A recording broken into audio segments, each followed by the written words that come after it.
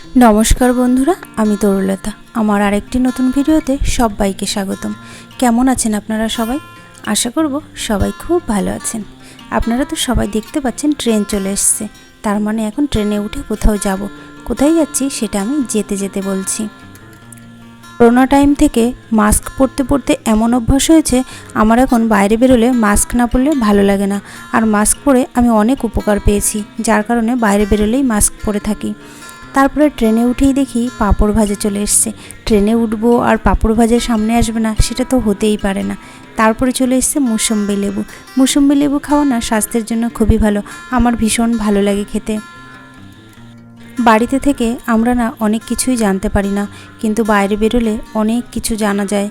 এই যে এক একজনের এক এক রকম লাইফস্টাইল, আমরা বাড়িতে এক এক রকমভাবে জীবনযাপন করি, কিন্তু বাইরে বেরোলে কত কিছু দেখা যায়। এক একজন এক এক রকম কাজ করছে। তারপরে আবার বাদাম বিক্রি করতে চলে এসেছে। আমি বাদামও কিনে নিই, বাদাম খেতে না আমার ভালো লাগে না। আর এক ট্রেনে বসে আর একটা ট্রেনের দিকে তাকিয়ে থাকলে না আমার ভীষণ মাথা ঘোরে, আমি একদম তাকাতে পারি না। তো আমরা যেই ট্রেনে ছিলাম আমাদের পাশ দিয়ে আরেকটা ট্রেন চলে এসেছে, তো সেই দিকে আমি একদম তাকাতে পারছিলাম না। তারপরে বলাই তো হয়নি আমি কোথায় যাচ্ছি। আমি যাচ্ছি আজকে বারাসাত। আমার বরের রুটিন চেক আপ করানো হয়েছে, তো ডাক্তারবাবু কিছু টেস্ট লিখে দিয়েছে, এবার সেই টেস্টগুলো করাতে হবে। এটা হচ্ছে রবিবার ছুটির দিনের ভিডিও। আমার এবার এই রবিবার আর সানডে ফান্ডে হয়নি, সানডেতে কোনো মজাই করতে পারিনি, সারাদিন বাইরে বাইরেই কেটেছে। আর যেহেতু বাড়িতে থাকি সব সময়, বাড়ির বাইরে বেরোলে না আমার খুব কষ্ট হয়ে যায়। আমি এত ক্লান্ত হয়ে পড়ি কি বলবো, মানে একটু দূরে একটু ট্রেনে উঠলেই আমি ক্লান্ত হয়ে যাই, আমার ভালো লাগে না উঠতে।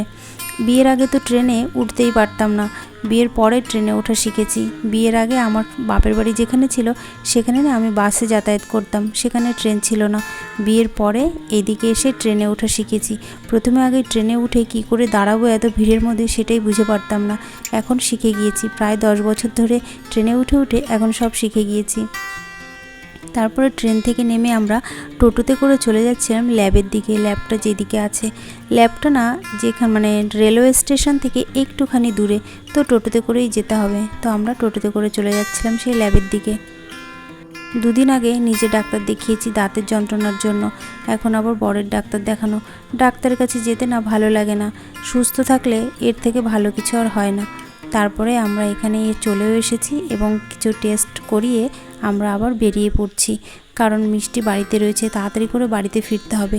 আর আকাশের দিকে তাকালে বোঝা যাচ্ছে এত মেঘ করেছে, মনে হচ্ছে এক্ষুনি বৃষ্টি চলে আসবে। চারিদিকটা না কেমন যেন অন্ধকার হয়ে আসছে। আর বাইরে বেরোলে আমার এত মাথা যন্ত্রণা শুরু হয়ে যায়, তো আমি সেই জন্য ফল টল এটা ওটা না টুকটাক খেতে থাকি। তো এখানে আমি সামনে পেয়ারা পেয়েছি, তো আমি পেয়ারা কিনছিলাম পেয়ারা খাবো বলে।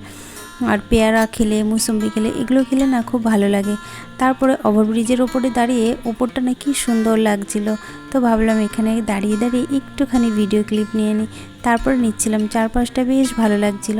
তারপরে দেখি ট্রেনের মধ্যে ওই ডাস্টারগুলো চলে এসছে। আমি তো রান্না করি তাই না, আমার ডাস্টারের প্রয়োজন হয়, তো সেখান থেকে আমি না 2টো ডাস্টার নিয়েছিলাম।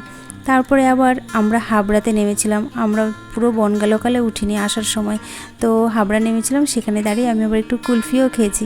আমি যখন বাইরে বেরোই তখন এটা ওটা টুকটাক কত কিছু খাই। আমার বর না মাঝে মধ্যে রেগে যায়, কারণ ওর একদমই বাইরে খাওয়ার অভ্যাস নেই। বাইরেও কিচ্ছুই খায় না, তো কিছুই খায় না, শুধু একটু চাই খায়, আর কিছু খায় না, সব খাবার বাড়িরই খায়।